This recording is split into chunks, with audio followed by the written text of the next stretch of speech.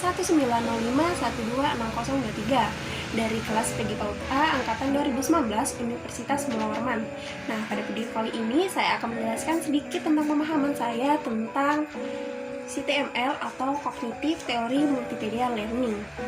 Video kali ini dibuat dalam rangka memenuhi tugas pembelajaran ICT anak usia dini yang diampu oleh Bapak Effendi Limbong, SPD, MED, EDD. Baik, pertama-tama saya akan menjelaskan tentang pembelajaran multimedia adalah pembelajaran teori kognitif yang telah dipopulerkan oleh Richard E. Mayer dan lainnya. Teori belajar kognitif adalah teori pemrosesan informasi. Teori kognitif memberikan kerangka umum bagi desainer pembelajaran dalam mengontrol kondisi belajar pada suatu lingkungan atau material pembelajaran. Secara khusus, teori ini memberikan basis acuan empiris yang membantu desainer pembelajaran untuk mengurangi beban kognitif selama belajar. Dalam pembelajaran multimedia, teori belajar kognitif merupakan landasan dari pengembangan multimedia.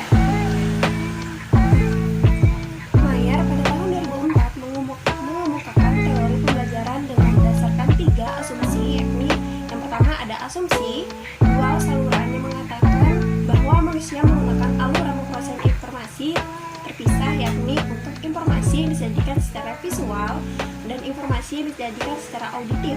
Yang kedua ada asumsi keterbatasan kapasitas yang menyatakan adanya keterbatasan kemampuan manusia memperoleh informasi dalam setiap kanal pada satu waktu. Dalam satu sesi presentasi, audien hanya menyimpan beberapa informasi visual seperti gambar, video, diagram, dan sebagainya.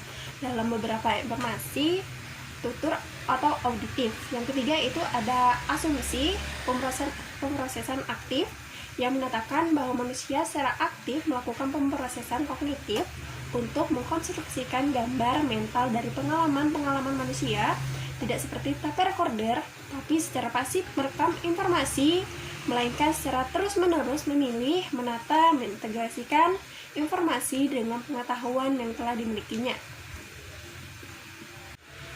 Selanjutnya, Richard E. Mayer juga mengemukakan beberapa prinsip multimedia. Yang pertama ada prinsip koherensi, yaitu manusia belajar paling baik ketika materi asing yang mengganggu tidak disertakan.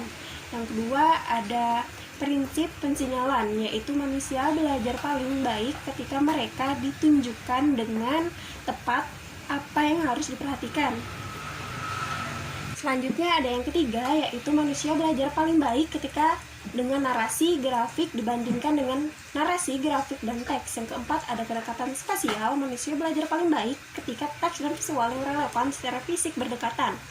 Yang kelima ada kedekatan temporal, ya, manusia belajar paling baik ketika kata-kata dan visual yang disajikan bersama-sama bukan dalam waktu yang berurutan. Yang keenam ada prinsip segmentasi, yaitu manusia belajar paling baik ketika informasi yang disajikan secara segmen-segmen daripada satu kontinu yang panjang. Ketujuh ada prinsip prapelatihan, manusia belajar lebih efisien jika mereka mengetahui beberapa dasar-dasarnya. Yang kedelapan ada prinsip modalitas, yaitu manusia belajar paling baik dari visual kata-kata yang diucapkan daripada visual dan kata-kata yang dicetak. 9 ada prinsip multimedia, manusia belajar paling baik dari kata-kata dan gambar daripada hanya kata-kata saja. 10 ada prinsip personalisasi, manusia belajar paling baik dari suara percakapan yang lebih informal dibanding suara yang terlalu formal. 11 ada prinsip suara, manusia belajar paling baik dari suara manusia daripada suara komputer. Yang ke-12 ada prinsip gambar, manusia tidak selalu belajar lebih baik dari video kepala yang berbicara. Sekian dari saya, terima kasih.